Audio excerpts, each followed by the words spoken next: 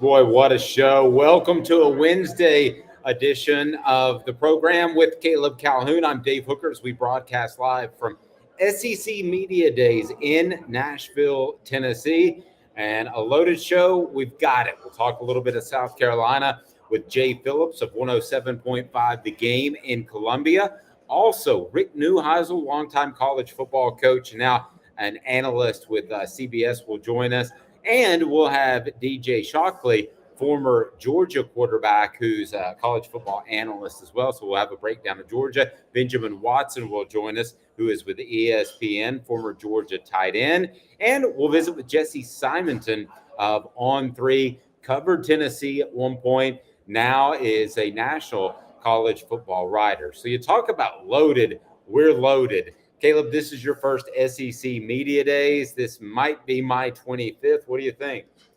I mean, it's busy, it's hectic, and they say that your first is your worst at SEC Media Days, but I got to say it's a lot of people's first because a lot of people, this guy included, are not as familiar with the lay of the land since they're at a new place in a new hotel. No, I need my Winfrey back in Hoover, Alabama, and but that's back in the day. We do know that it'll be at Dallas next year. So in Dallas, Texas, that should be pretty cool. I'm not surprised. I'd heard that from a source within the SEC office. So coming up the rest of the week, we will visit with some big names and some familiar names, such as Greg Sankey will join us. That should be awesome, as we were able to uncover the fact that the NIL issue is a matter of years, if not months, if not years, I should say, as opposed to people thought this would get all put to bed in a couple of days or weeks last year. That's not going to be the case. So we'll bring that to you.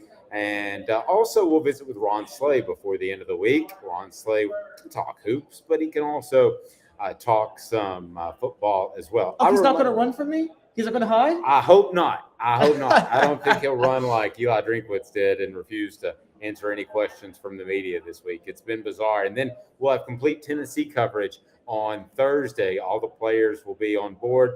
Look forward to visiting with Josh Heupel and hearing comments from all of those people. So with Caleb Calhoun, I'm Dave Hooker. Coverage of SEC Media Days in Nashville, brought to you in part by Zen Sports, the new sportsbook in Tennessee, revolutionizing the way you earn sports betting rewards. That means no more deposit bonuses that turn into deposit nightmares. On Zen Sports, what you see is what you get with their cash rewards program. You get a lot of cash. For a welcome bonus, earn an unlimited 5% cash back on your betting volume for your first 15 days when you sign up with the code HOOKED, HOOKED. Support our advertisers. That's right. Unlimited 5% cash back with the promo code HOOKED, HOOKED. Keep betting and keep earning with up to 3% cash back on your betting volume every month.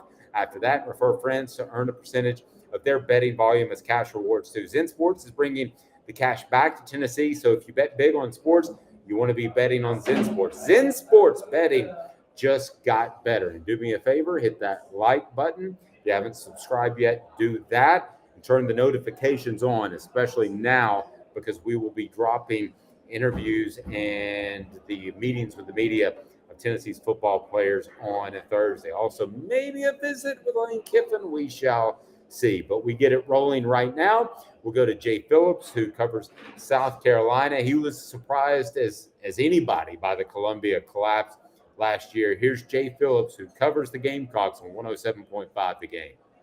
We are joined by a very special guest. We'll talk some South Carolina. And I know we've got a lot of South Carolina fans because I hear them ripping me on our YouTube channel. It's Jay Phillips of 107.5 The Game. He's covered South Carolina for a couple of years. Like I've covered Tennessee for a couple of years. We always love visiting with him because the insight he gives us to the Gamecocks is like no other. Jay, we appreciate the time. It's a couple of decades now, which is kind of scary. This may or may not be my 25th SEC Media Days. Yeah, well, it's not my 25th Media Days. I think it's my 18th Media Days, but I have been doing it for a while. So, yeah, but we're ready to go. Good stuff. So, the South Carolina Gamecocks kind of threw a monkey wrench into things for the Vols. How stunning was that game? And then we'll get to how they finished against Clemson too. But that was supposed to be a walk in the park for the Vols, and they can talk about off-field issues all they want, but give South Carolina credit. They came to play. They did, and I think a lot of people, well, everybody, let's face it, everybody was surprised by that. If you weren't, then you're probably lying to yourself, or you've got other issues. That said, you mentioned that it was supposed to be a walk in the park for Tennessee. Did Tennessee believe that? I think that might have been some of it. That said, that was also at a point for South Carolina football, offensively at least, where Shane Beamer had been incrementally taking control of the offense, or at least wresting some control from Marcus Satterfield at the time. And what I mean by that, Dave, Marcus had a big playbook, big, thick, and I'm being figurative here, but he wanted every play to always be at his disposal. Mm-hmm. That's fine in theory, but in practice, literally and figuratively, you can't do that in college. You don't have the time, you don't have the talent. And Shane was recognizing, going back a few weeks to like the A&M game, Marshawn Lloyd, who's now transferred to Southern California, got 3 carries in the first half, and Shane was unhappy. And in the second half, I think in that A&M game, Marshawn got like 17 or 18 carries, and South Carolina won the game. The point I'm making here is Shane was like, Marcus, let's quit trying to do whatever. Put the ball rather in the hands of those who can get it done. Juice Wells and all, those guys, let's make the difference makers make a difference, And by the time they got to Tennessee, they had, I hate the term simplified the playbook. They had just taken off the crap. We've been using on our show an analogy like this, man. A Denny's menu. All right. At Denny's, you could get like salmon and a T-bone. All right. Who goes to Denny's for salmon and T-bone? Let's take that off the menu, Marcus. We're never going to go there. So let's quit practicing it. Let's quit having the chefs try to cook it or the cooks try to cook it. Let's just do pancakes and eggs and grits and hash browns, because that's what people want. And they did that with football. And by the time it came around to Tennessee, plus whatever else was happening that week, it manifested itself in a fantastic victory. And Carolina, I think, scored on virtually every possession. But nobody saw that coming. But that's what was happening at the time with Gamecock football. The head coach was saying, I don't like this. I know how to fix this, and I'm going to fix it. And Spencer had his confidence. Again, Marshawn ran well. Defense did enough. Of course, Hendon went down, and that certainly harmed Tennessee in that game. I'm not sure if that makes a difference. I have no way to know, but Carolina did what they did. So is it fair to say that before that game, Carolina fans were sour on Shane Beamer? No, not on Shane, on Marcus. Okay, gotcha. Not on Shane. Shane's fine. Okay. Well, let me ask you this, and he has some success. I guess we could debate whether or not there's a glass ceiling at South Carolina. But something I heard coming in today as we broadcast live from SEC Media Days in Nashville is that at some point, Oklahoma, if things don't work out there, might have interest in a Shane Beamer. I know there's no way to tell. I covered Lane Kiffin, for goodness sake. They're going to tell you they'll stay there forever. But what sense do you get about his long-term goal?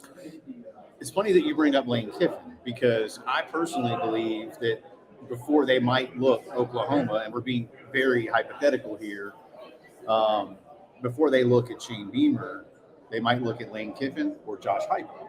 And I think both would make sense for Oklahoma in a modern sense. Heupel obviously makes sense, and I know he was fired from there, but those people are gone. But let's let Brent Venables at least get a chance. Listen, if I'm Shane Beamer and Oklahoma calls me, I certainly listen. And again, to be hypothetical, if South Carolina were to lose Shane Beamer to Oklahoma, it's because Shane Beamer is doing very well at South Carolina. And for as long as I've covered South Carolina, and I grew up in Columbia, I went to South Carolina.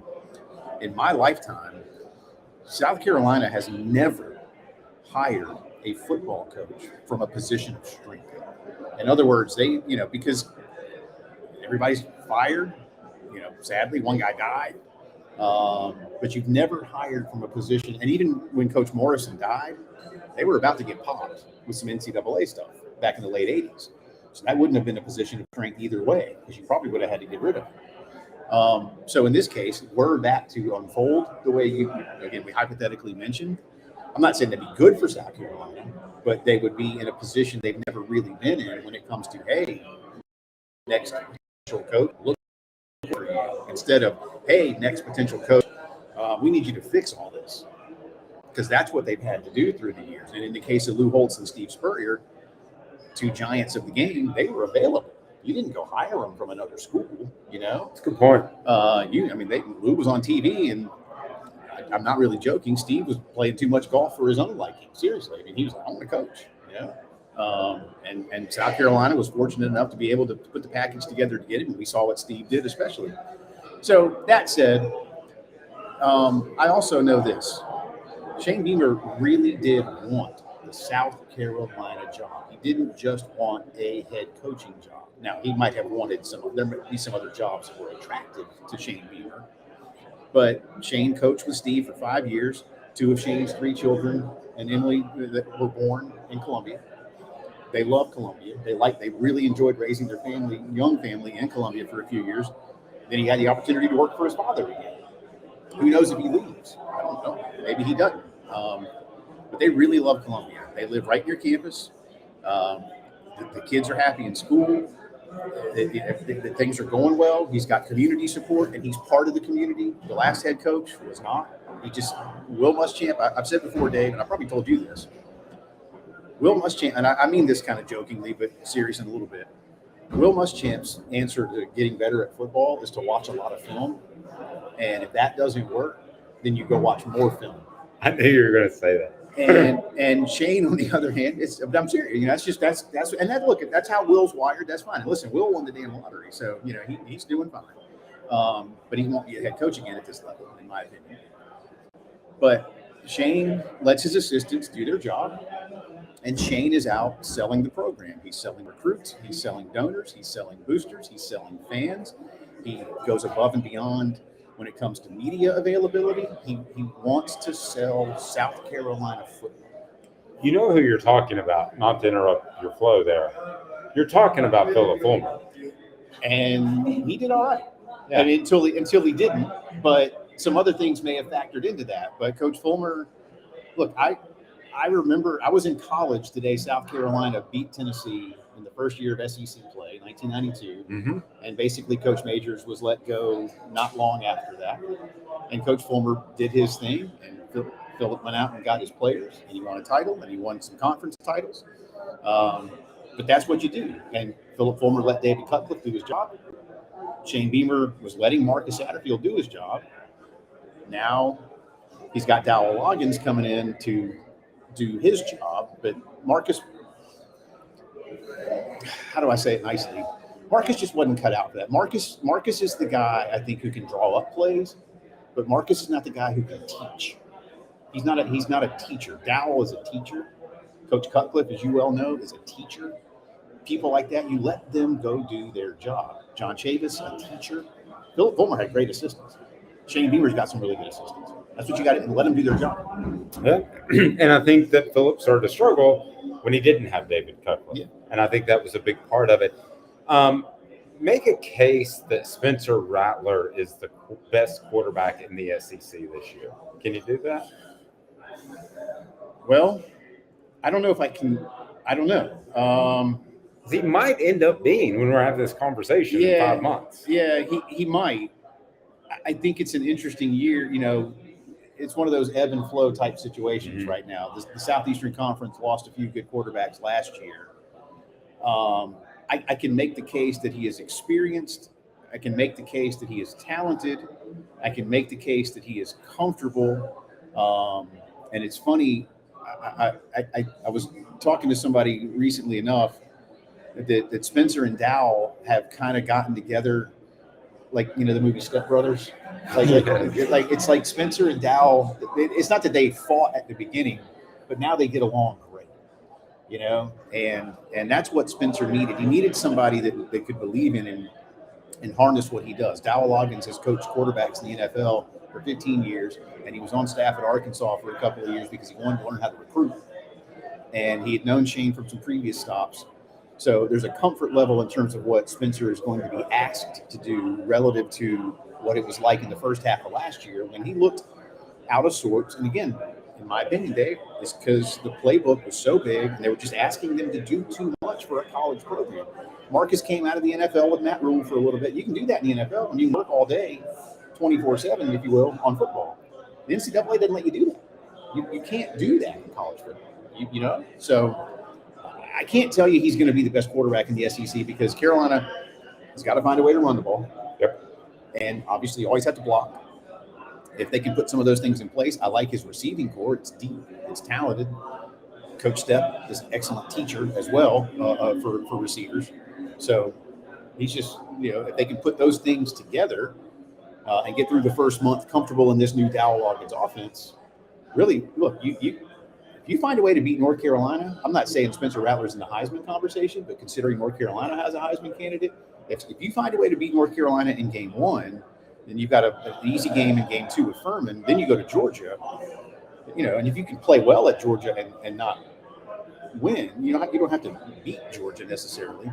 But if you can go to Athens and play well, then I think Spencer Rattler has a case for being a premier quarterback. Jay, do you have pets? I have 2 dogs. What are the dogs' names? Truvy is a big yellow lab. She weighs about 90 pounds. And then we have a little Yorkie poodle mix named Mabel. She weighs about 12 pounds. So we have very different dogs, but Mabel's older and is definitely the boss. Okay. Well, older dogs can get arthritis. So I'm going to send you some craft treats. Go to crafttreats.com with the CBD. Like I did that. With the CBD derivative that will help with pets' arthritis, stomach issues, or also, how about anxiety? Crafttreats.com. Use the promo code Off the Hook. His dogs are getting some. I'm Dave Hooker. More after this. It'll be Rick Neuheisel up next. Is he going to play his guitar? No, I didn't get him, but I also didn't get him any craft treats. So, maybe if I'd have got him craft treats, he would have played his guitar. Yeah. There you go. Use the promo code Off the Hook. He's Jay Phillips. He's awesome of 107.5 The Game. More after this, including Rick Neuheisel. And Craving Wings South North Shore location, where we've heard people say that you can get the best wings in East Tennessee. Pero ¿quién es este? El número 87, Jacob Warren. I'll just do 6 in my sauce 87, please. Imposible, señorita. Dale 6 más. Look at these wings. Perfectas, deliciosas, fantásticas. Man, I don't know what you're saying, but it sounds awesome. How do you say fresh, never frozen in Spanish? Frescas, nunca congeladas. Make your way to Craving Wings and get you 6 más. But what was funny about Cadis, we were a full continuum of care at that time. We had detox, we had inpatient, we had outpatient. So we were doing a lot of the things that we do now. But now we just do them so much better. It's really a simple program, but we're complicated people. I am what I am, and now I got to do something about it. You can take your life back. Call Cadis today. Got cataracts? We can fix that. Never miss another moment. With a little help from Doctors Campbell, Cunningham, Taylor, and Hahn at cctis.com. Do you want to own the more that owns every job? Then get to Vassey Lawn and Garden in Cleveland and get you a Toro. I'm David Vassey, here to talk to you about Toro. With a Toro Zero Turn, you'll get more out of every minute and you'll reach the finish line faster. At Vassey's, we like to say, no matter if you're mowing 3 acres a week or 11 lawns a day, homeowners and business owners alike find confidence in equipment they can trust from top to bottom. Vassey Lawn and Garden, Highway 60 North in Cleveland. Man alive, it's worth the drive.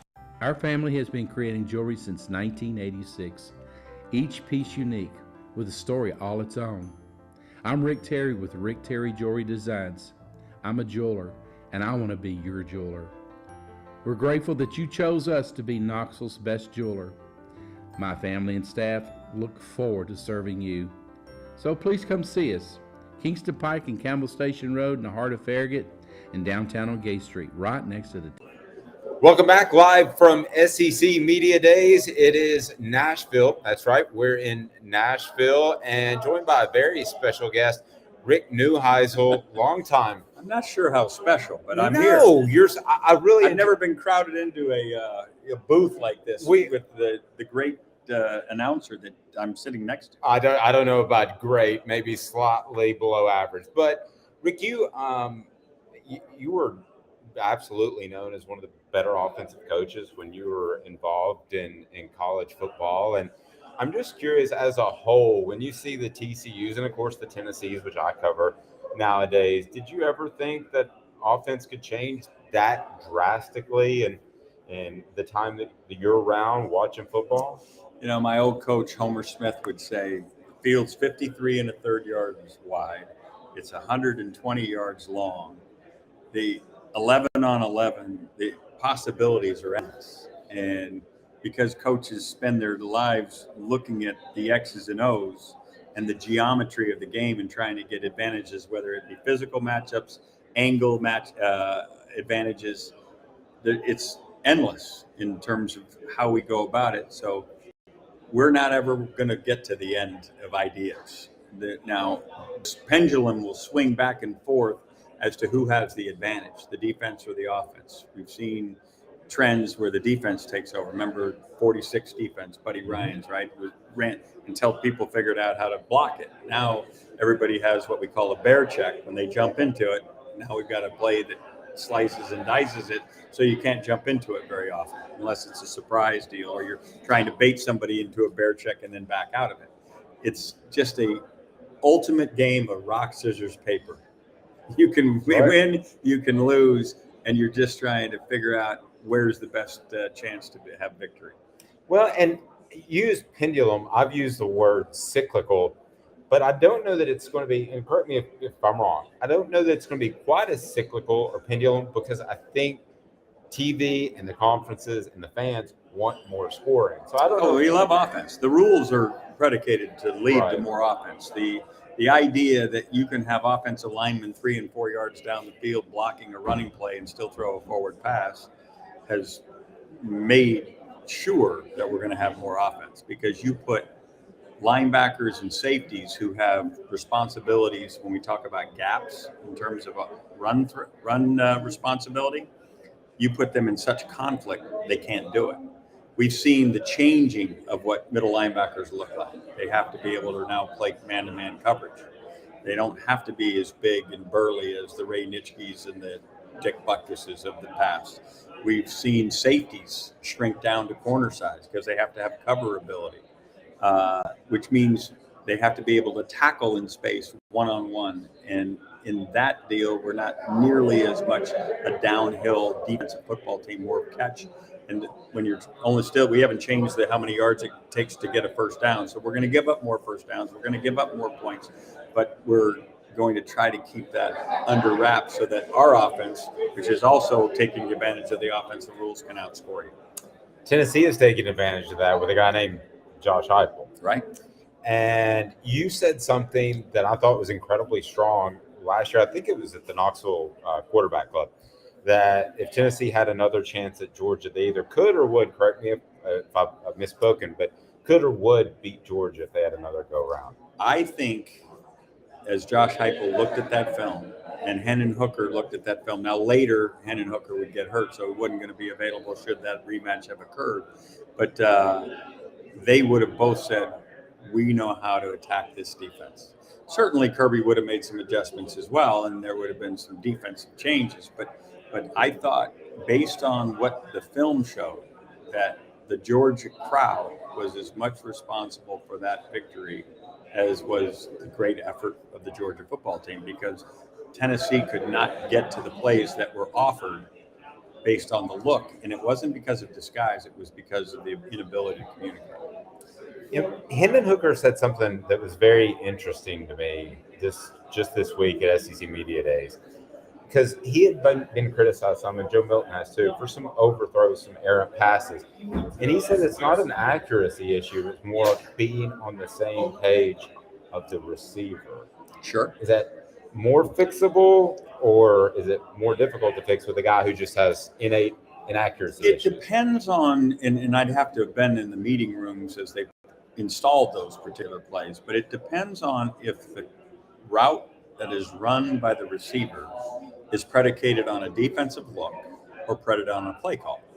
If normally when you and I think of play calls, we think, okay, the receiver is going to go down 10 and go break to the outside. Well, that might be if it gets single high safety. If he gets a different look, then that route might change to a different kind of reaction.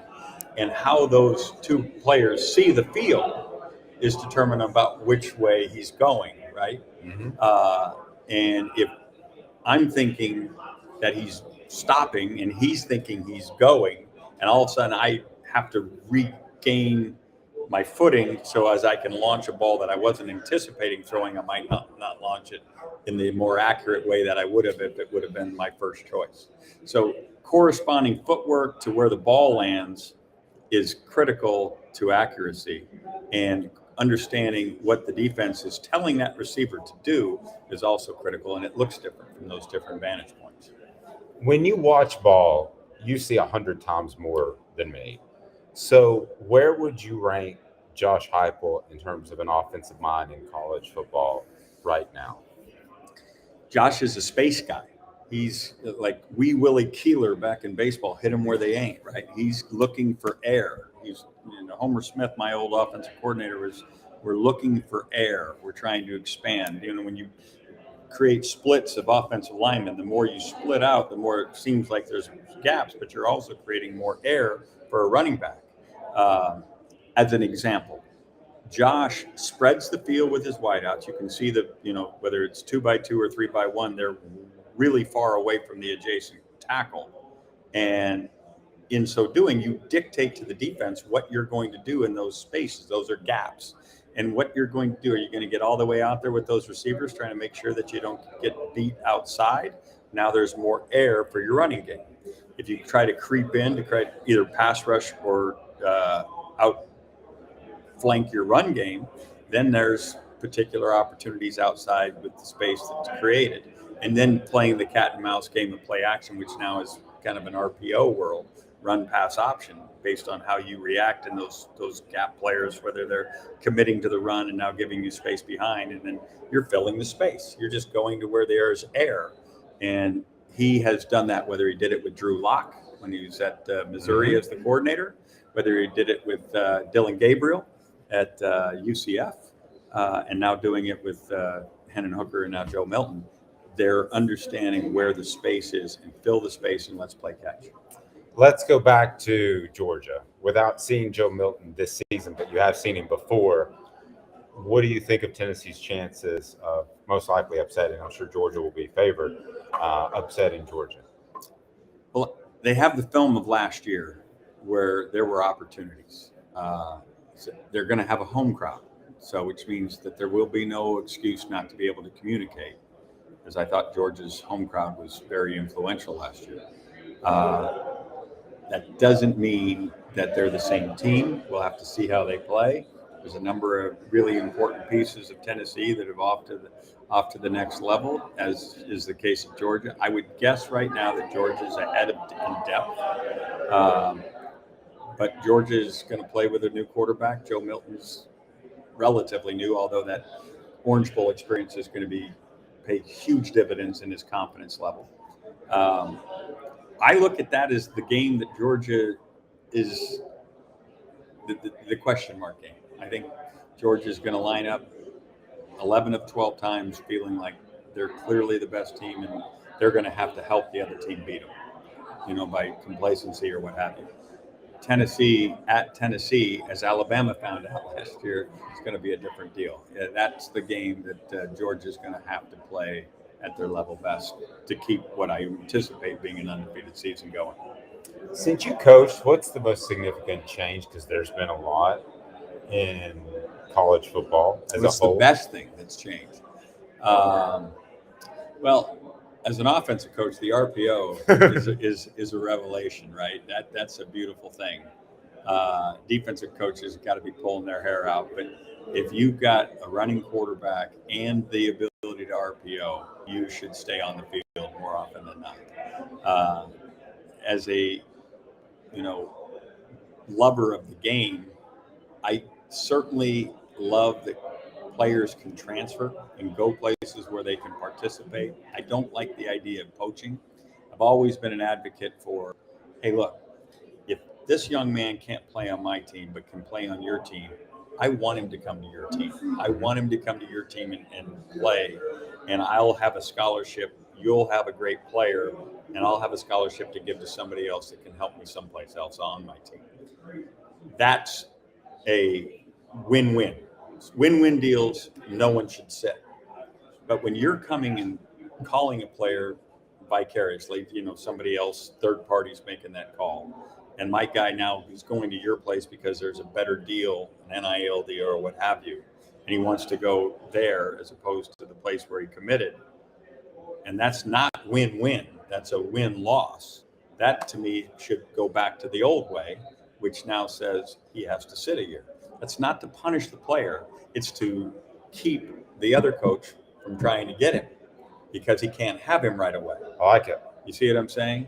If I vote no, and even though the other coach wants him and is willing to compensate him, to me, that kid can still go, but he has to sit. He's not losing anything. He's just losing the immediacy of the deal. But the coach who wants him has to wait for him. That will settle all this down, and that's where we should be in the transfer portal. I want to say one last thing. I think that I interviewed you, and you probably don't remember it because it's been a long time ago. And I used the term, if you had a bet such and such.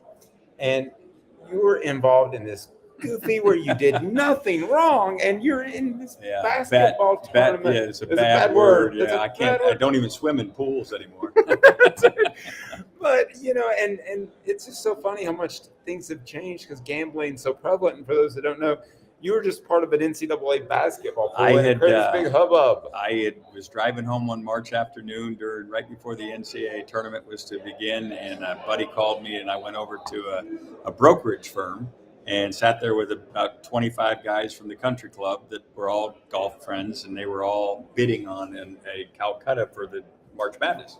And I watched it and watched the deal. People were asking. I had looked at a college basketball game. I'd been out recruiting. I had no information for anybody, but I had fun with them cutting up and such. And then at the end of it, I was asked, "Do you want to be on our team?" And I said, "Sure." Never thinking I was breaking any rules and so forth. But anyway, it blew up, got fired, had to defend myself, won the lawsuit. But it's amazing, as we now have gone through another scandal with Pat Fitzgerald and stuff at Northwestern, when you pull up coaching scandals, my name keeps coming up like on the first page. That's ridiculous. I can help you with your SEO on that. Well, I would love that. But the idea that I was, quote, bad boy, I think it bothers my kids more than it bothers anybody. Because my kids all would love for dad to be a coach again, right? But the fact that I've not been able to get back in since losing the job at UCLA, which was, we didn't win enough games.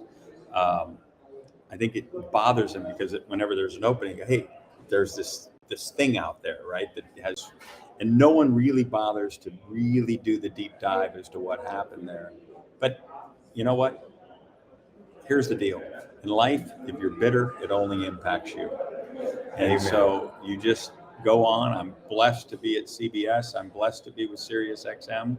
I get to talk about a game that I love that's been terrific to me. And I look forward to being a part of it in this way, hopefully for years to come. This is one of the good guys, no doubt about it. Rick Neuheisel, I certainly appreciate it. I'm sure your kids are watching so they can like and subscribe. And but truly one of the good guys. I appreciate the time. We'll have Benjamin Watson coming up next with ESPN former Georgia tight end Off the Oak Sports. Sun, sand, and salt water, the beach is a very relaxing place. Unless you wear contacts. Ow! Open your eyes to the best the beach has to offer with LASIK vision correction from Campbell Cunningham Laser Center. Ah. Hi, Mike Davis here with City Heating and Air, reminding you to always dare to compare. Our team provides quality local heating and air service, installation, and maintenance across East Tennessee. We use only the best equipment like American Standard heating and air conditioning for your residential, new construction, or commercial needs. Honesty, dependability, and customer satisfaction have been the cornerstones of our business since 1961. City Heat and Air. Dare to compare.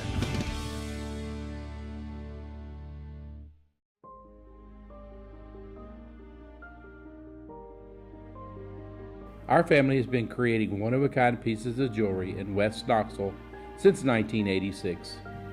Each piece is a combination of unique processes that bring your idea to life.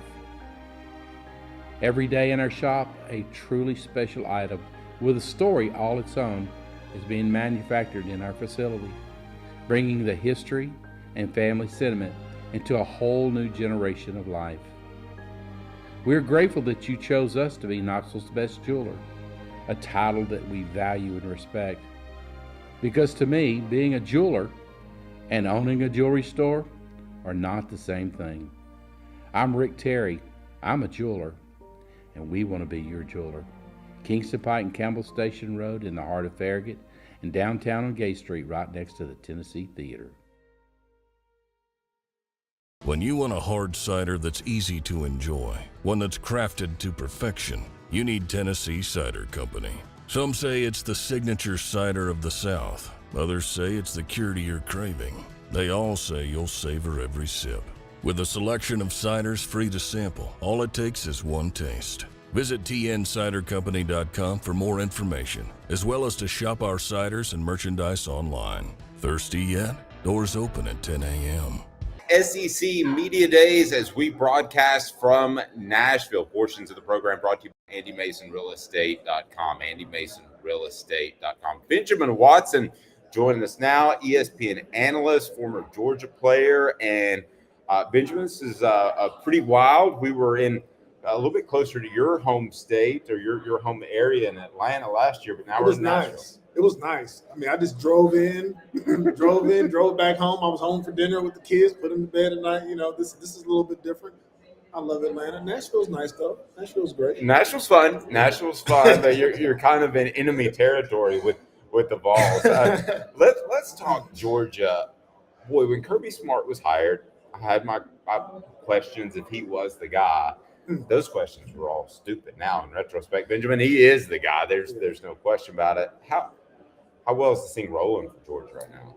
It really is amazing to see it. And I'm not sure if you were the only one that had questions. Look, Kirby came. He had never been a head coach, didn't have head coaching experience. Yeah, he coached for a great in Nick Saban. But for Georgia to go out and say, he's one of us, we see what he's done. We want to nab him before somebody else does. I think it was really the perfect marriage at the perfect time when you've got a guy who has ties to the university as a player and have been successful and had coached at Georgia in a assistant role before. But what he's done now, what he's doing now, continuing to do, they have a chance to win 3 national championships, something that hasn't been done since the 30s or 40s, has never been done in the modern era of college football. And look at this roster and say, wow, you keep losing so many players, but the cover is somehow still full with more 5 stars and more All-Americans. It's really a testament to not only his dedication, but the coaching staff that he's assembled around him. Kudos to Georgia, too, and their fans. There was a lot of talk about Sanford Stadium and whether it was a hostile place to play when Tennessee played them. There's a guy named Eric Ainge that had a little something to say about it, and it got it all churned up. But, man, the Georgia fans responded. I did think at one point, maybe during your career, that it was a little subdued. But, man, it's not subdued anymore. Well, it's not, and it should never be. I mean, you know, college football across the SEC, so many great stadiums, so many great fan bases that are just passionate, that show up for their team. I remember the first time walking into Tennessee, though, and this was the year 2001. And went there, played on the road. I remember walking into Tennessee in Knoxville, Neyland Stadium, and looking up and being like, this is different because of the way it was built. Sanford's a little wider. It's not built like for the noise. But the way Tennessee, the fans seem to be right on you. But I think the Georgia fans have been tremendous. I mean, not a day goes by living in Georgia that you don't walk by and somebody says, "Go Dogs." I mean, there's just such an excitement right now because of what Georgia has done. No doubt about it, and there should be. I've said this before, and I mean it. If I had an opportunity to write a book on almost anybody, it might be Stetson Bennett because of what all he book, movie, flip book, comic book. I mean, documentary, everything. Yeah, and the thing is, I would have argued they lost a great leader maybe this time a year ago, but he turned himself into a great quarterback. What all did they lose in trying to replace Stetson Bennett with Carson Beck? Well, I think the number one thing they lost with Stetson, when you listen to the other players talk about Stetson, that's what's always key. Is to listen to what teammates say about a guy and what they don't say about a player. And to a man, these guys were pulling for Stetson, partly because of the story, but I think also because they realized the leader that he was. This guy stood up to adversity, didn't back down. He was resilient. He was courageous. And oh, by the way, he put his team in positions to win and make game-winning plays. And so he did it on both ends. And so the thing about college football is you're going to lose guys. That's just part of the deal. So that's what they lose in him. But when you look at a Carson Beck and even that quarterback room in general, Carson's not even the most highly touted player coming in. Again, the cupboard's not full, not bare. But Carson Beck has to come in and exhibit some of that same courage. He has to act like he's supposed to be there, like Stetson did. He has to lead an offense that has the number one receiver from Mississippi State in Roy Thomas, the number one receiver from Missouri in Dominic Lovett, has the number one tight end of a generation in Brock Bowers. He has to be able to come in there and say, I'm the quarterback, I'm the leader, I'm the distributor. It goes through me and really own that role. Yeah, that sounds good, and I completely agree with you. But how difficult is it to be a leader as a first-year starter? It's very difficult, but that's why you play quarterback.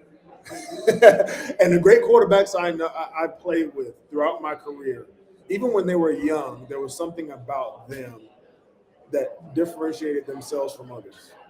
And it's the nature of the position. I mean, even when you look at Tennessee and what Hendon Hooker did last year, being a transfer and coming in and playing and all those sorts of things, he exhibited that type of leadership.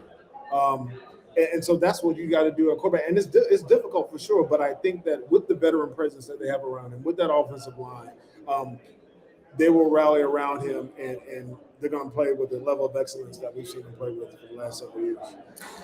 Georgia's going to come under the spotlight because they've had success. There have been off-field issues with the traffic issues, the speeding, and some tragic car crashes. How big of a concern is that for you, and should it be for Georgia fans? Well, it's a concern on a human level. You know, anytime there's a loss of life, Amen. That's a concern. That's sad. It's tragic.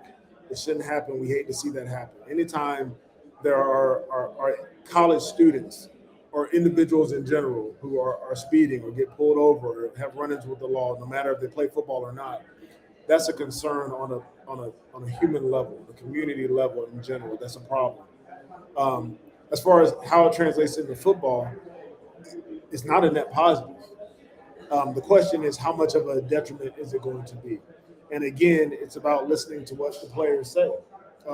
This team, from guys I've heard in media and interviews, seems to have come together in spite of these tragic events. Seems to have come together in spring practice, now going into summer practice. It seems that they haven't been phased in a way that would be detrimental and would splinter them. It seems like they've come together. That's positive. I'm interested to see today what Coach Smart says about it, if he addresses it at all, because it is something that has obviously been on the front page of newspapers. No, it certainly has. I'm interested that you would talk about how it brings the team together. Again, I don't want to downplay the human tragedy that's there. Oh, no, yeah. But it seems like Kirby Smart, one of his best attributes is finding that rallying cry, even though Georgia's usually favored. Seems like he positions them as the team that's been picked on. Well, I think I would presume that he may have learned that from one of the best, who also learned from one of the best, Nick Saban, and also a guy I played for, Coach Bill Belichick. Mm-hmm. We were always favored in New England, but somehow we thought we were the underdog. And what Coach Belichick did was he was able to not just manufacture some sort of chip on our shoulder, but to say that nothing's promised because you walk out with a G on your helmet. So nothing was promised because you walked out with the flying Elvis on our helmet. It always came down to third down conversions. You know, it came down to red zone defense. It came down to 2-minute drill. came down to the turnover ratio. Those things don't change whether you're favored or not. I think what Kirby has done a good job of is reminding his players of that and coaching staff every single day in practice so that they play with a sense of urgency. Last thing I got for you. I didn't think Nick Saban could keep up the pace in recruiting and coaching that he's been able to do long term. I thought he was going to be a classic burnout coach. I was wrong. Yeah. I look at Kirby Smart, I think the same thing. Am I right or am I wrong? Or, If he has any of the DNA of Saban after being under him, he got a long lifespan. I don't know how he does it. Like this guy, he's on a helicopter going here. He's going back here. 7 years of top 3 recruiting classes. This year, they've got the number 2 recruiting class, second to Alabama. But recruiting is the lifeblood of college football. I didn't realize that. Really, the last 3 years is when I've realized in doing analyst work that how important recruiting actually is. Because that's when the guys leave, you're able to replace them. So I don't know how he does it. He must have a heck of a deal with Starbucks coffee. I have no idea. But keep on, Coach. Keep up the great work. Benjamin Watson, ESPN, SEC Network. You can see him, brought to you by AndyMasonRealEstate.com. Best service and best prices in the biz, AndyMasonRealEstate.com. That was Benjamin Watson. We're going to get to DJ Shockley here momentarily as we give you a preview of Georgia and what the Vols should expect this year. DJ Shockley, of course, a former Georgia quarterback, now a college football analyst. It's brought to you by City Heating and Air Conditioning, cityheatandair.com. Integrity matters. Over 50 years there.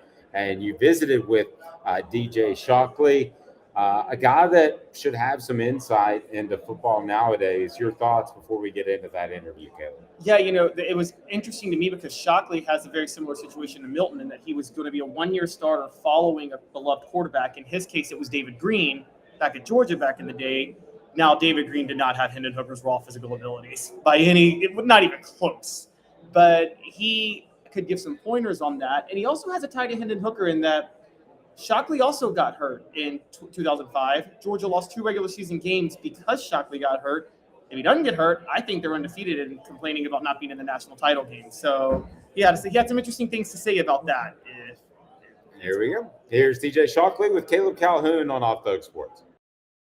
Calhoun here with Off the Hook Sports, joined by former Georgia Bulldogs quarterback, 2005 SEC champion DJ Shockley, now Fox 5 Atlanta sports anchor and Georgia radio sideline reporter. DJ, how you doing? Good, man. Appreciate you having me. Thanks for being here. So we cover a lot of Tennessee Vols news, right. And you were in a very similar situation to Joe Milton because you had to take over for David Green after sitting behind him for 3 years, and all you did was win an SEC title. So What advice would you have for Joe? You know what? I think Joe's been in a good spot because he's played a lot of ball already. Obviously, he's a guy who's mature. He's been around. He's played, tons of football. And I think he's a smart, big kid, can throw it, can sling it. But he also, like you mentioned, he played behind a guy who played a lot of football, too, who did pretty well last year, Hendon Hooker. So you think about Joe coming into this season, and now everything is his. You don't have to worry about anybody else. You don't have to worry about nobody taking his job. He is a guy that's been there and done it. I just say be him. You don't need to do anything extra. It's a reason why you're going to be the guy this year. I had to take that same mantra as, hey, take it one play at a time, one game at a time, but also realize this is your moment. And I think he'll be just fine. I've seen him play. He's a really good player. He's going to be fun to watch. Yeah, so what are some things that he could do? The biggest concern was his accuracy. He could throw it out of a building, as we've seen. Yeah. How do quarterbacks like him, how do they, measure their accuracy? Is it more about timing or is it more about actually putting the ball in the right spot? It's a lot about timing, too, because you got to get that time on task with receivers. And it's all about trust, too, because you got to understand when a guy's coming out of his break, you got to understand he's going to come out of that break on time, and you got to trust to throw it. And the other part about it is it's upstairs mentally knowing exactly where you want to go with the football, knowing what a defense is going to do, and trusting what your eyes see. And then the last part, I think, it comes from below. A lot of people forget that your feet are attached to your upper body. Your feet are attached to accuracy when it comes to a quarterback. Now, take Patrick Mahomes, take Stafford, some of those guys out who can throw it from all these different angles. But the most accurate guys are the ones who have a good base about them, and they step to the target. They know exactly where to go to football. But I think the number one thing has to be the trust with the guys you're throwing to, because if you don't trust it, you're going to be late. Or if you don't trust it, you're going to wait a little bit. Or you're going to just be, trying to give them a chance. I think you have to trust the guy that you're throwing to and that ultimately will give you that timing and accuracy you need. What type of pressure do you think Tennessee could apply to Georgia this year? Because last year, it wasn't even a game. It was 27-13, but it was really like 45-0 if Georgia wanted it to be. Yeah. Do you think that Tennessee could make it a lot closer this year, being in Knoxville? I think that plays a huge part in it. I mean, obviously, the home field advantage last year for Georgia was huge. I mean, that environment was unreal. And obviously, Tennessee plays in front of 100+. But when you're on the road and everybody's against you and things may not go your way, it's hard to depend on your crowd to get you going. And in that instance, it was tough on Tennessee. I think when you go into Knoxville, that makes it already tougher. It's a loud environment. They're going to be playing Rocky Top 1,000 times. You know that. And they have something to feed off of. So I think absolutely that home field advantage plays a bigger role when you're playing at home. Tennessee is talented. What they do on offense, Heupel's got them going. I mean, the speed, the tempo, all that kind of stuff, it gives a lot of teams issues. And you think about going on the road, it maybe not be as loud when they're on the field, but on the other side of it, the communication for an offense, for an opposing team is a little bit different. So that definitely will play a factor. And I think just the fact you have a guy and Joe who has been there and done it, veteran of it, and then you got Heupel who know he's going to draw up a great game plan. It's going to be a fun game. Well, I distinctly remember somebody I'm sitting next to has a pretty good track record of shutting up Tennessee fans in their home stadium. Because I think you did that in 2005, didn't you? We did. We actually went in Knoxville, got a win. Still a tough ball game, but I love playing there. It was a great place to be. I mean, obviously your fans are all the way against you, but you walk out the tunnel and it goes straight up. People all up on you, and but Sea of Orange, maybe I could do a little bit out with, but it was cool to play there. What'd you think of? Yeah, do you think last year's game with Tennessee on the road, do you think Eric Ainge's comments had an impact on Georgia fans wanting to absolutely. a little bit on? Absolutely. I mean, it was loud and clear. I mean, he kept saying it. And Georgia fans, they're not like Kirby or they're not like some of the players who can't really talk about it, but they know about it too. But the fans, they absolutely hear it. They see it. And a guy who's been there and done it, you think he would have a little bit more respect for, the opponent he's playing against or the opponent he played against and know what it's like there. And what it does for billboard material, it's going to be interesting to see if something like that happens again or if he brings up anything like he talked about last year. But I don't think he will. Yeah, I don't think he will either. I will say, though, it kind of makes me miss, if you remember the early 2000s, I feel like Tennessee and Georgia hatred for each other was at an all-time high when you were playing there at that time. Oh, yeah. Because I remember Casey Clausen making the comments, if I had played, we would have won by 2 touchdowns. No doubt. And then the Jason Allen flag in the middle of the G. And then you guys the next year were laughing at Tennessee players because they were trying to cover the T. No doubt. You all beat. No doubt. I mean, it was one of those rivalries that you love, and that's why you like it. That's why the SEC is cool. And usually, a lot of players that are on Tennessee team probably could have went to Georgia. Georgia guys probably could have went to Tennessee. I mean, you go to all these different camps together. You kind of grow up together because, you're kind of close. So there's definitely a big rivalry between Georgia and Tennessee that will always be there. And for years, it always went back and forth, even to the Jamal Lewis days. So it's one of those times where, you love playing in that game. Yes, Jamal Lewis, Kosi Coleman, Deion Grant.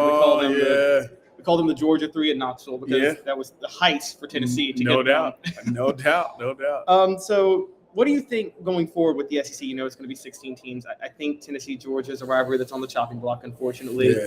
But do you think it's still going to be fine? Because it looks like they're going to play each other every other year, and all the teams are at least going to play each other every other year. So do you think the rivalry can still last if it's every other year? I think it can, because once you get into that game and you realize how big of a game it is, which it always usually is, that rivalry instantly comes back. You love to play it every year, but you understand how the realignment is going to happen and how they want everybody to play everybody, like you just mentioned.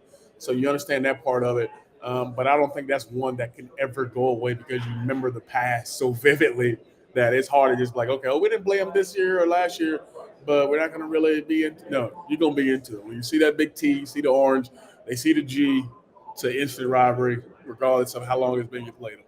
Yep, and funny enough, I was looking back. You have a connection to Hendon Hooker too, not just Joe Milton, because Hendon Hooker obviously got hurt against South Carolina, and I still maintain, had you not gotten hurt, you're going undefeated in 2005 in the regular season. Is that something that sticks with the college quarterback the rest of the life? It's almost. I mean, as a quarterback, you remember the throws you miss, you remember the losses, You remember opportunities that, you wish you could have played in. So Hooker absolutely will go back and, 5-10 years down the road when he can look back on it and be like, man, I didn't get hurt this way. All right, we maybe had another chance to play Georgia again, maybe in the in the playoffs and make it in. So he absolutely will run that through his brain again. I still do it from time. I got teammates who still remind me of, if you didn't get hurt, we got a chance to play for it, Natty. I mean, so it definitely still happens. Dudes don't ever forget it.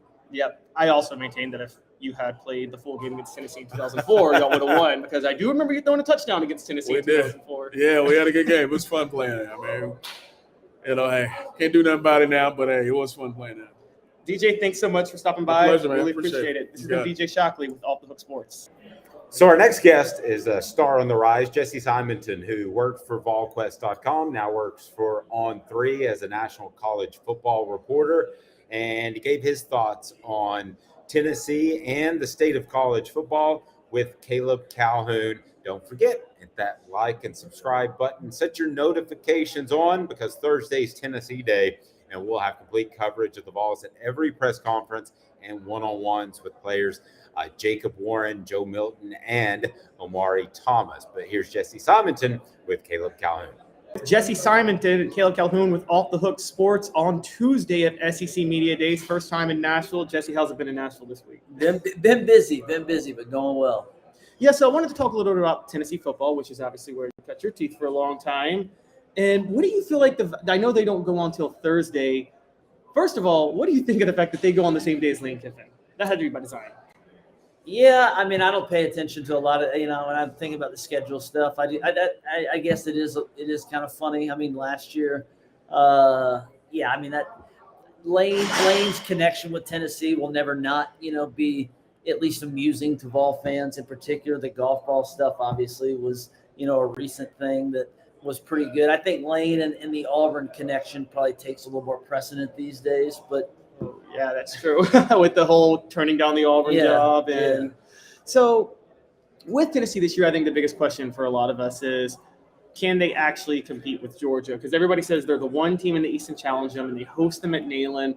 But I got to be honest, last year's game, it said 27-13 on the scoreboard, but in reality, it could have been 45-0 if Georgia really wanted it to be that. So do you think Tennessee actually has a shot to be on their level somewhat this year, or at least be in the same playing field? Last year I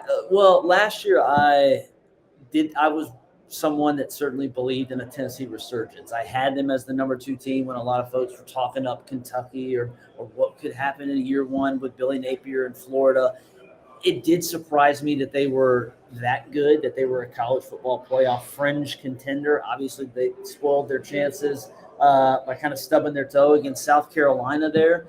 That game against Georgia, though, was not close. And I think, when you kind of look back at the data, Kirby Smart has kind of been one of the few coaches, defensive coaches, that has really kind of figured out how to slow down that Josh Heupel, type offense. And you got to have the dudes on the perimeter that can basically guard guys one-on-one, because then you can, play 6 guys in the box. And so I'm not sure that Tennessee this fall is, with some of the offensive line questions, you lose your best, tackle in Darnell Wright. You lose a guy like Jerome Carvin.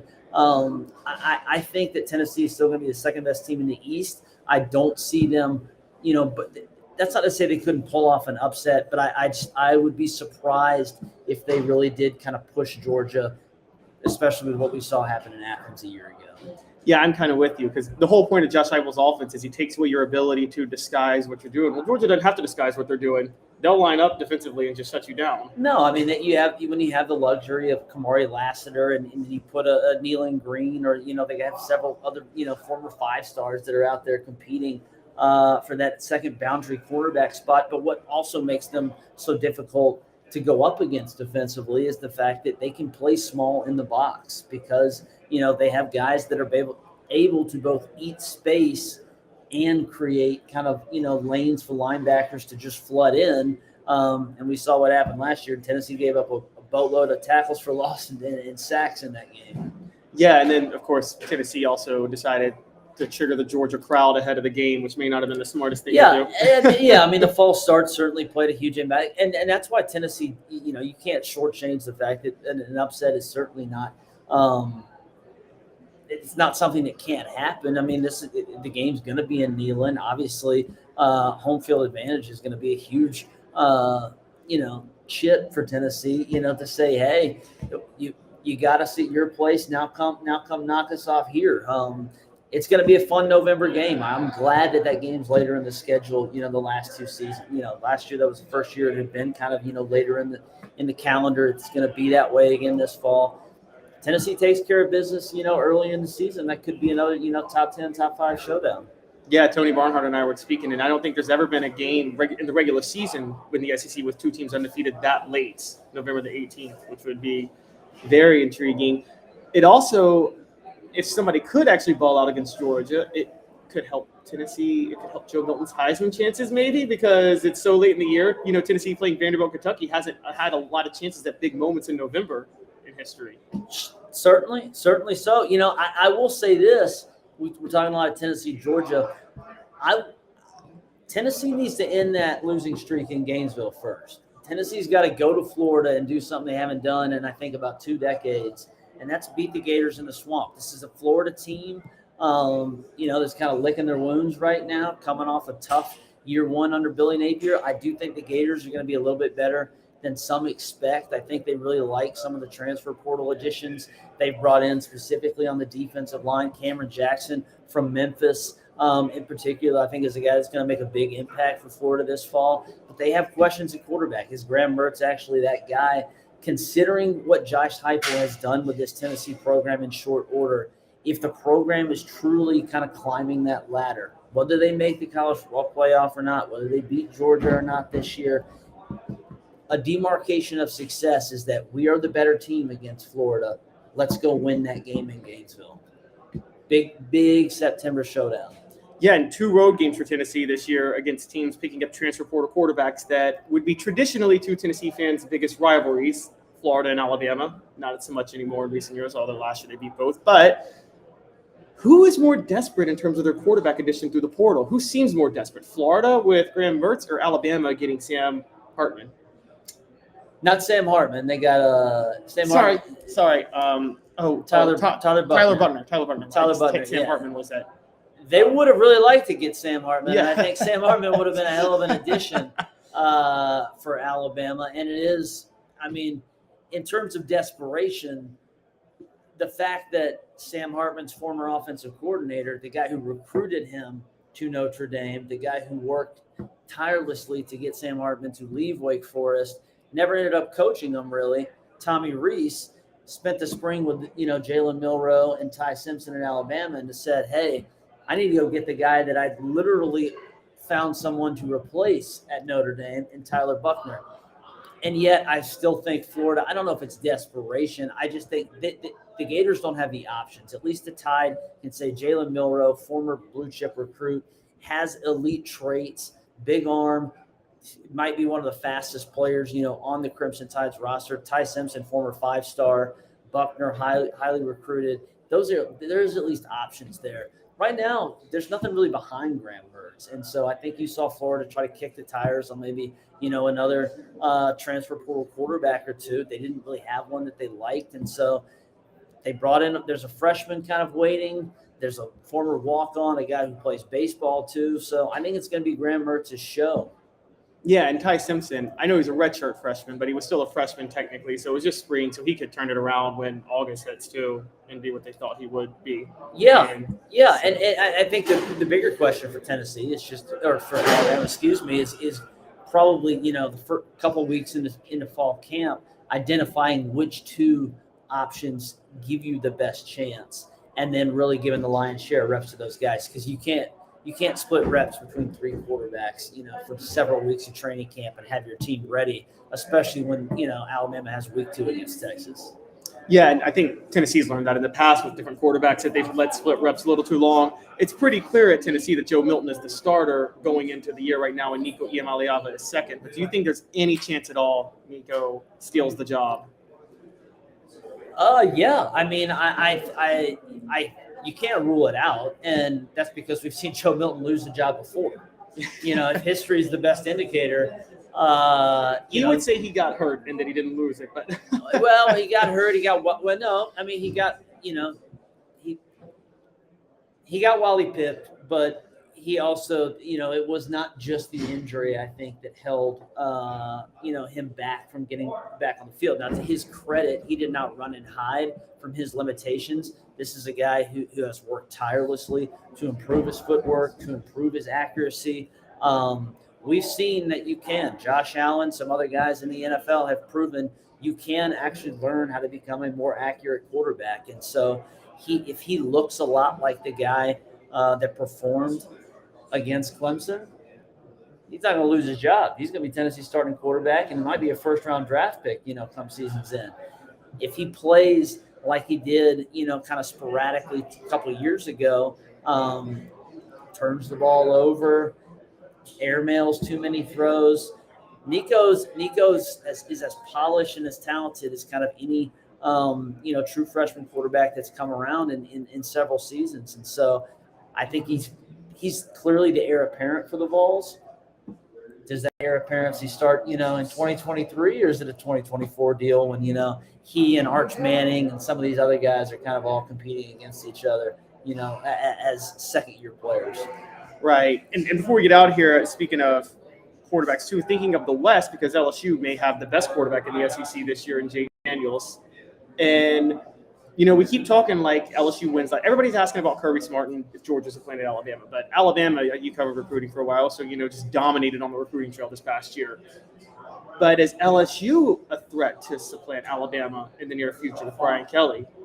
Oh, yeah. I mean, I don't know about supplant for like the, for eternity, but in terms of 2023, I mean, I'm picking, I'm one of the dummies picking the Tigers to beat not only, I don't know if I think they're going to beat the Tide, but I'm picking the Tigers to win the SEC West. We're not on the same page on that. And so, and for me, I distill it down to the fact that I think they just have fewer uncertainties. I really like Alabama, the recruiting rankings you're talking about. I really like Alabama's wide receiver upside. I think the offensive line is going to be better. Those are two units right away where LSU, I know they're going to be good. Malik Neighbors is the best receiver in the SEC. If it's not him, it's Antoine Wells. Kalen Lacey's good. Thomas is good. Offensive line, they got Campbell and Embry Jones, maybe two potential All-Americans. So when I'm projecting things on Alabama, I have more known quantities with the Tigers. And so when I have that, coupled with the fact that you brought up Jaden Daniels, I also know who's going to be the starting quarterback. Oh, and if he goes down, I like Garrett Nussmeier more than I like the three guys at Alabama. I'm taking the Tigers. And to all of our viewers who called me LSU homer, you just heard from somebody else. We're both calling for LSU to win the West this year. So it's not me being crazy. Jesse, thanks a lot. We really appreciate you doing this. Absolutely, man. This has been no problem. This has been Jesse Simonton of On 3 for Off the Hook Sports. This is Caleb Calhoun. Day 3 SEC Media Days, Thursday. Set those notifications on because it's the Vols. For Caleb Calhoun, I'm Dave Hooker. This has been a presentation